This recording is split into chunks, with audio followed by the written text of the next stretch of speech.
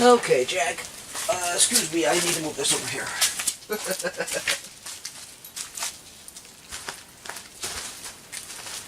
think that'll be a good spot.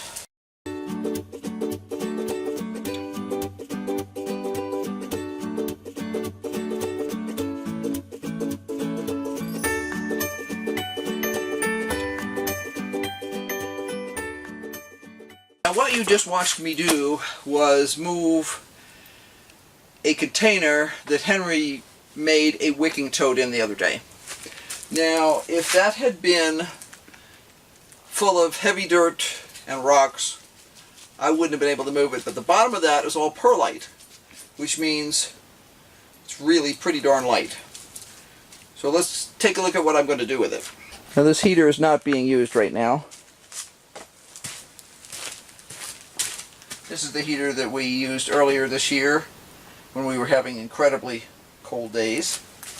Normally I would pre-soak this. I just haven't had the time. Honestly, I forgot about it. We've been crazy busy. So what I'm going to do is I'm going to start soaking this from the bottom. It holds 3 quarts of water. More water.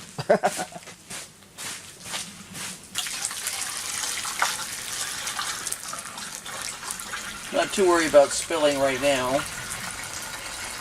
Certainly won't hurt the floor here. This is, like I say, super dry. This is actually going to pack down quite a lot when I start pouring water on the top.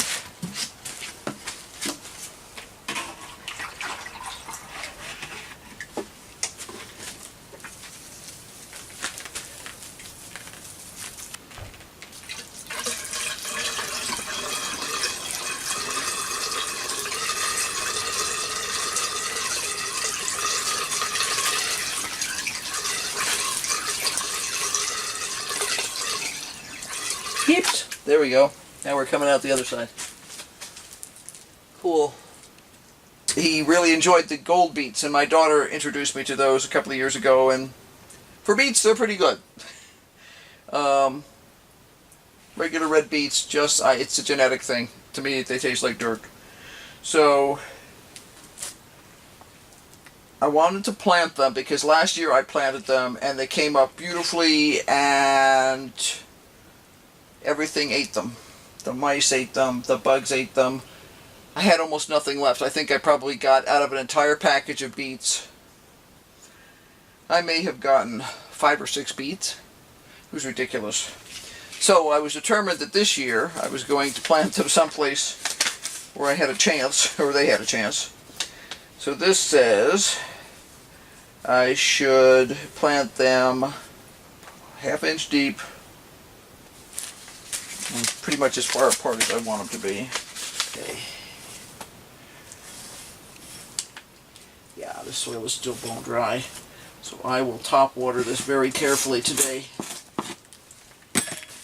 Okay.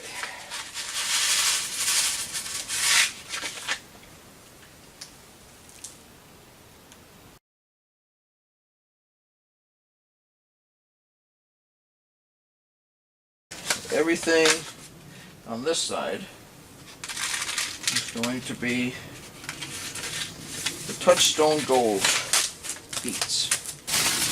And this side is going to be Burpee's Golden. Dual purpose beet for roots and greens. I don't know if anyone likes sweet greens or not. No idea, we'll find out.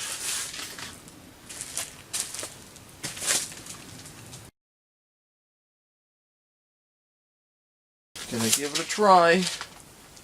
Worst thing is a fail. It was a fail last year because we got eaten.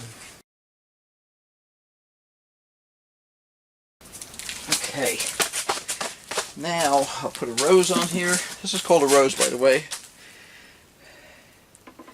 It allows you to have a gentle mist or a gentle sprinkle instead of washing everything away. But sometimes for us, especially if we're using water that's from the rainwater, sometimes we're using buckets and things like that. So There we go. It's covered up. I need to put something over the top of it.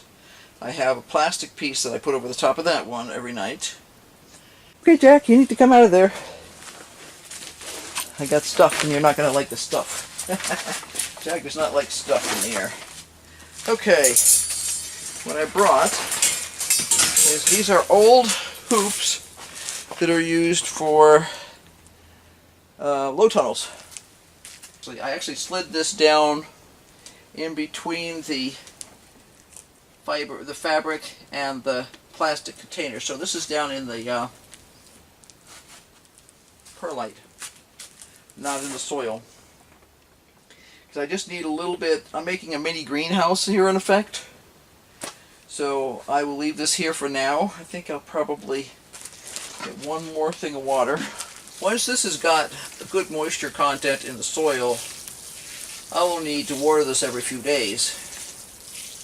But when I first start, I like to really keep the top damp because, especially if the soil's been dry like this, the soil's getting wet on the bottom, but it takes a while for it to come up like to the top.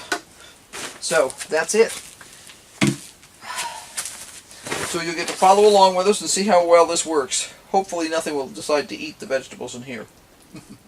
We've been very pleased this winter that we were sort of prepared to have to deal with rodents in here. We had some lizards in the fall, but we didn't have any rodents, knock on wood. So we're hoping it stays that way. We know other people in the area who have had trouble with their greenhouses and hoop houses. There we go. The beets are planted. We have hoops on here, and these hoops, as I said before, are stuck down on the outside of this cloth, between the cloth and the container.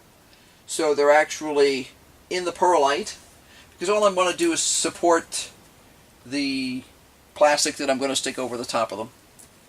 I have added a hoop to that one too, because the plants have gotten tall enough now that it's difficult for me to keep the plastic off of the plants at night. And if we have a particularly cold night and the leaf is against the actual plastic, it can wind up with frost burn. And if I don't get out here soon enough during the day and it's against the plastic, it can also wind up with heat burn sort of thing. So we have the seeds in. We've watered from the bottom by putting it down into the reservoir part down here. I've also watered from the top because we need to have extra moisture to get things started. Especially since the soil was extra dry, I want to make sure that to water it, I'll be checking it every day for the next several days until I can feel like the moisture is sort of equalized in this container. Once the moisture is really going in there, I'll still top water a bit until the plants start to put down decent roots. Once they've got some decent roots in there, I'll only need to water once, maybe twice a week, depending on how hot it's getting in here. And we do monitor how hot it is. It's about 95 degrees in here right now, which is kind of amazing since I think it's about 50 outside. But that's that good strong Arizona sun for you. So, hope this gives you some inspiration to try something crazy like this. As you saw at the beginning, I was able to move this thing super easy. Now, with all that water in the bottom, it's heavy. But it's the water that's heavy, not the actual container. I'm loving the opportunity to try this. Next winter, what we're planning to do is we're not going to use any shallow trays to do any vegetables in here. We decided they dry out too easily, and it's harder to keep them warm too. This has enough mass that it'll absorb heat during this day and let it out at night, and as long as you have something plastic over the top of it to keep that in. And I've even put quilts and things over the top when I knew something was going to really get cold, because you can do the same thing in your garden to try and save things at the end of the season. Keep on growing, and hopefully this inspires you, and we'll see you next time.